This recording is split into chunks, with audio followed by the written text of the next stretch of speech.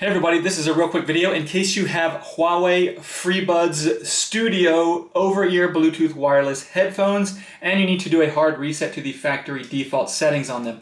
Now you're going to want to do this for one of two reasons. The first one is troubleshooting.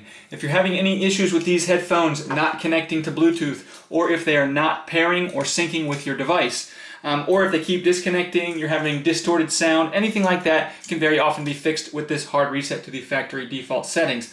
The second reason you might want to do this is if you're trying to set these headphones up as a new set of headphones, we can just go ahead and get a fresh start by deleting all of the pairing history and just pairing them again as a new set of headphones. So it's really easy to do. We just need to make sure they're turned on. We're going to come in and use the power button to make sure they're turned on. And once they're turned on, we're just going to press and hold this Bluetooth button. And while we're pressing and holding it for at least 10 seconds, and basically while you're pressing and holding it, you're going to keep an eye on the little indicator light. And when it flashes red and then white, you can release this button, and that is telling you that the factory reset is complete. You can go ahead and pair these headphones like a new set of headphones.